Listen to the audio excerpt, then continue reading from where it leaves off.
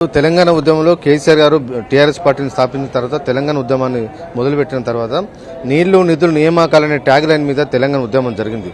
తెలంగాణ ఉద్యమం దశాబ్ద కాలం జరిగిన తర్వాత కేసీఆర్ గారు ముఖ్యమంత్రి అయిన తర్వాత తెలంగాణ వచ్చినాక ఇవాళ నీళ్లు నిధులు నియామకాల గురించి కేసీఆర్ గారు పూర్తిగా దృష్టి పెట్టి ఉద్యోగాల భర్తీ చేయడం జరిగింది. ప్రైవేట్ రంగంలో ఉద్యోగాల సృష్టిని కేసీఆర్ గారు ప్రభుత్వం చేయడం జరిగింది. అదేవిధంగా నీళ్ల విషయంలో గతంలో గోదావరి నీళ్ళు కృష్ణా నీళ్ళు మొత్తం సముద్రం కలిసే పరిస్థితి ఉండే వాటిని అన్ని తెలంగాణ బీడి భూములకు మళ్లించి తెలంగాణ వ్యవసాయ రంగాన్ని స్థిరీకరించిన నాయకుడు ఇవాళ కేసీఆర్ గారు.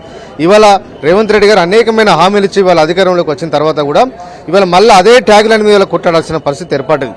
ఆనాడు తెలంగాణ ఉద్యమంలో ఏదైతే నీళ్లు నిధుల కోసం నియామకాలు కొట్లాడినామో ఇవాళ కాంగ్రెస్ ప్రభుత్వం మళ్ళా నీళ్లు నిధులు నియామకాల కోసం ఇవాళ కొట్లాడే పరిస్థితి వచ్చింది.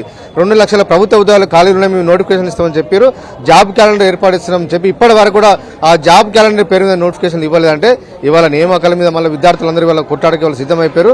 ఇవాళ దాదాపు 14 లక్షల మంది విద్యార్థులు వీళ్ళ రాష్ట్రంలో రియంబర్స్మెంట్ మీద డిపెండ్ అయ్యి చదువుతా ఉంటే ఎన్నికల ముందు రేవంత్ రెడ్డి గారు చెప్పారు గ్రీన్ ఛానల్ ఏర్పాటేసి ఒక పైసా కూడా పెండింగ్ లేకుండా మొత్తం కాలేజీలకు డైరెక్ట్ పంపిస్తామని చెప్తున్నారు. ఇవాళ కాంగ్రెస్ ప్రభుత్వం వచ్చిన తర్వాత ఎవరికి ఇవాళ రియంబర్స్మెంట్ ఇస్తలేరు. ఇవాళ జిల్లాలో అన్ని కాలేజీల యాజమాన్యాలు కూడా అందరూ బెంబెలెత్తుతున్నారు. ఇవాళ సిబ్బందికి జీతాలు ఇవ్వాలంటే టీచర్లకు లెక్చరర్లకు జీతాలు ఇవ్వలేక ఇవాళ కాలేజీలు కూడా ఇవాళ అమ్ముకునే పరిస్థితి వచ్చింది. దీనివల్ల ఇవాళ ఆంధ్ర ప్రాంతానికి సంబంధించిన వేరే రాష్ట్రాలకు సంబంధించిన యాజమాన్యాలు ఇక్కడ పెట్టుబడి పెడుతున్నారు. తెలంగాణ విద్యా సంస్థలన్నీ ఇవాళ కొలాప్స్ అయ్యే పరిస్థితికి వచ్చింది. దీనికి కారణం రేవంత్ రెడ్డి గారు.